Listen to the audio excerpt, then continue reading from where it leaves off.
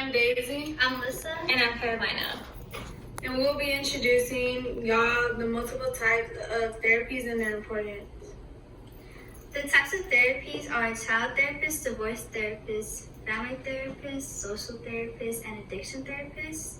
Psychotherapy is talk, psychological, which is fraud, psychodynamic therapy, humanistic, clinical centered therapy, cognitive, the rational emotion behavior therapy, Elise, cognitive behavior therapy, Beck, mindful-based cognitive therapy, MCBT.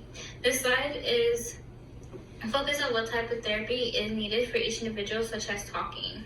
For psychotherapy, there is also behavior, and that's classical conditioning, operant conditioning, observational learning, and then there's biomedical, which that is pharmacology, extra-conclusive therapy, and psychosurgery.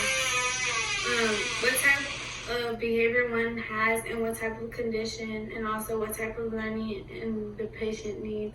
For biomedical people, they have addictions or substance abuse problems. In addition, the patient may already have medications, but biomedical therapy is a way to help them reduce the substance abuse that they may already be going through.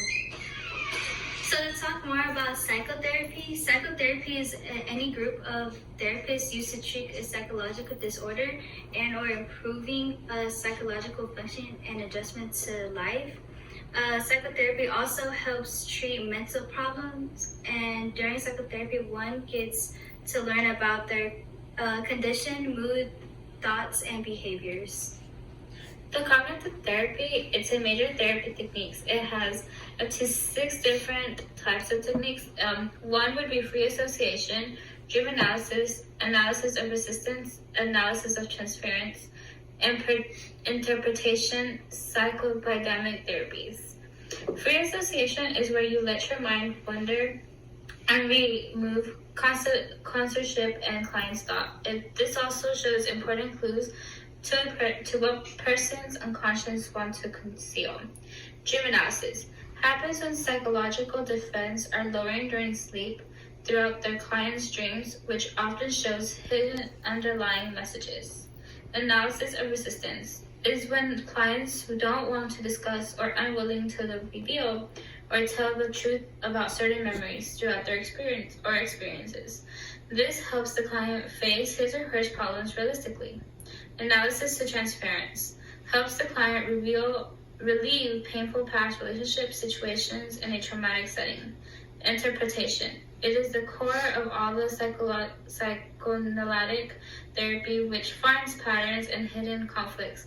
Cognitive therapy is trying to solve the problem without trying to back to the past.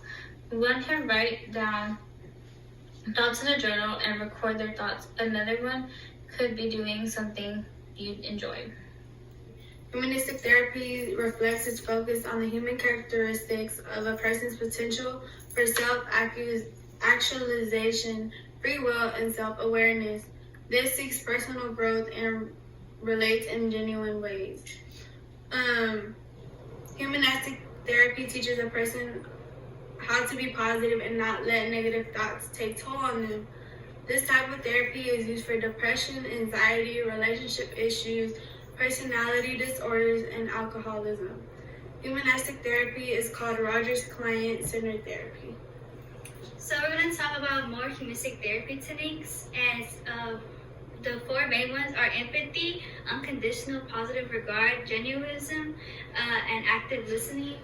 There are some humanistic therapy techniques that a person can use to solve what they're going through. So the first one that we're going to talk about is empathy, and this is the sensitive underlining and sharing of other person's entering experience, and therapist pays attention to their body language and listens to substitute clues to help them understand the emotional experience of their clients. Another one that we're going to be talking about is the unconditional positive regard, which is love and acceptance with no strings attached. It is a type of genuine caring of a non-judgmental attitude towards people based on their intimate values and individualities. The next one is genuism, which is honestly share their thoughts and feelings to their clients, being personal, authentic, and sincere. The last one is active listening, which is a communication technique that requires listening with attention to what others are saying. They include reflecting, paraphrasing, and clarifying what a person says and means. Behavior therapies, a group of therapies that uses learning principles to reduce or eliminate maladaptive behaviors. Techniques are based on classical and operant conditioning, along with observational learning. Behavior therapies focus on problems, behavior rather than our underlying causes. This helps change unhealthy behaviors, and it shows that an individual can learn new lifestyles. Next is behavior therapy, classical conditioning. Behavior therapies use the principles of classical conditioning to decrease maladaptive behavior. Two types of therapies are systematic desensitization, aversion therapy. Systematic desensitization is a behavior therapy technique that begins with relaxation training followed by exposure to increasingly anxiety-producing stimuli or situation while the client remains relaxed. Aversion therapy is a type of therapy that pairs an aversive, unpleasant stimulant with a maladaptive behavior in order to elicit a negative reaction to target stimulus. So the next one we're going to talk about is biomedical therapy, which is a group of therapies designed to alter brain functioning with biological or physical therapies such as drugs, elective therapy, and psychosurgery therapies. Evaluating biomedical therapies. Psychopharmacology is effectively used drugs and relieve or control the major symptoms. X and alternative neurostimulation therapy, a controversial form of treatment. This is how a person will evaluate biomedical therapies. Next is the psychotherapy and perspective. So this is a chart, and it says that if you get therapy, this is how you can change. Therapy attempts to change, disturbed thoughts, disturbed emotions, disturbed behaviors, interpersonal and life situation difficulties, and biomedical disturbances. The next thing we're going to talk about are couples and family therapies. So we're going to talk about family therapy first. Family therapy is a psychological counseling that can help family members improve communication and solve conflicts. So this is honestly just throughout family members, nobody else, just the family members and the therapist in one room. The next one we're going to talk about is couples therapy. So it would just be the two couple and the therapist. And this is when the psychologist helps couples solve problems within their relationship. The problem of one individual affects everyone. For both therapies, for family therapy, family members can go by themselves to work on their personal issues, and at the same time, and the same goes for the couples therapy. So they could go one-on-one, or they could go all together, or a pair, whichever they want or feel comfortable in.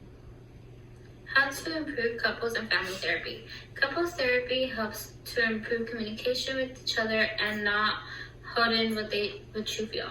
Family therapy can help one understand how the other feels and help the family create a better environment for themselves.